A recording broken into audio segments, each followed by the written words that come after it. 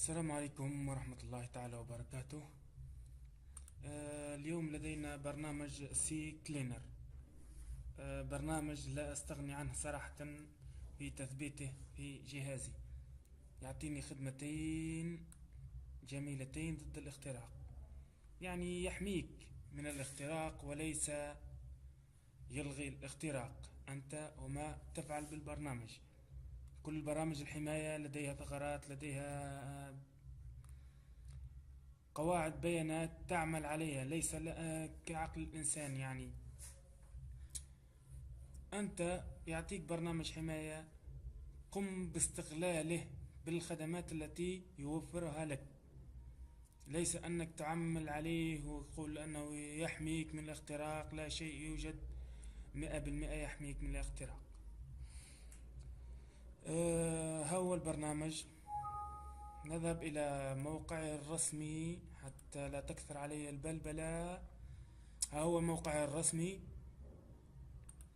هكذا اضغط على فري داونلود، ومن هنا اختر احد الرابطين. هكذا اضغط عليه، سيبدأ التحميل. ان يبدأ اضغط على هذه. بدأ بالتحميل سي كلينر. وراه. اذا نذهب الى تثبيت البرنامج، وسنقوم ببعبعته عن طريق البعبع الجزائري.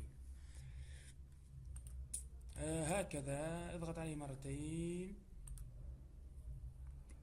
اضغط على نعم. سيقوم الآن بالتثبيت.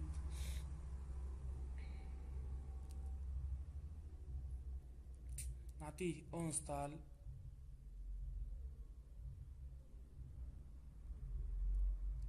غان سي كلينر.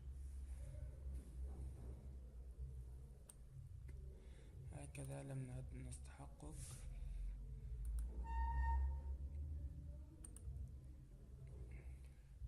فتح معنا البرنامج. قلنا رو فري.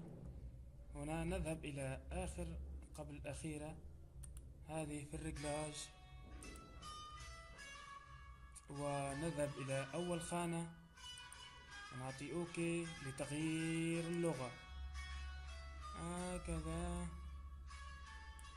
نعطيه عربية. إذا بدلنا اللغة عربية. نذهب إلى حول، نقوم بترقيته. لحظة راح نجيكم.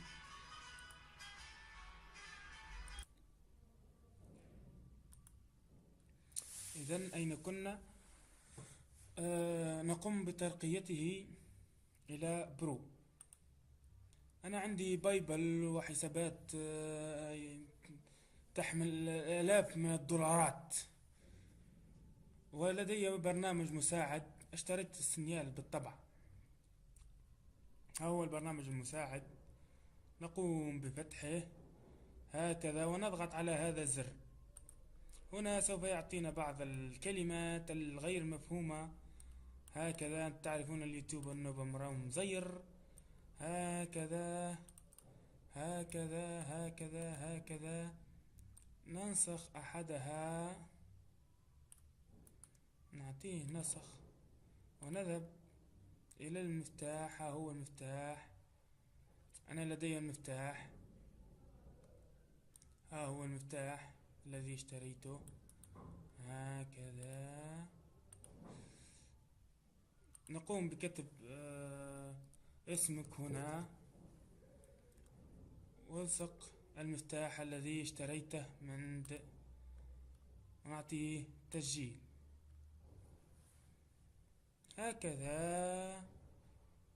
هكذا بكل بساطة. نذهب إلى بعض الخصائص الذي استعملها أنا خصيصا حتى أستفيد منه. اذهب إلى بدء التشغيل. هكذا سوف يحذف لك كل مداخل بدء التشغيل. يعني أنت لما تضغط على ويندوز ار اوكي. يعني هذه الخدمة عجبتني. هذا المدخل اذا نزعت عليه ودرت لك كما هكا، انا عندي كان سي كلينر، انا عندي كان سي كلينر هكذا سوف يبقى ذلك المدخل في الريجستر هكذا. نذهب إلى بدء التشغيل. أرأيتم كيف بقى المدخل بداية التشغيل هذه تقوم لي كأنها ذبانة أو شيء من هذا القبيل يعني. هكذا نحذفه من هذا المكان، نعطيه حذف المدخل. أوكي أوكي، هنا لم يحذف.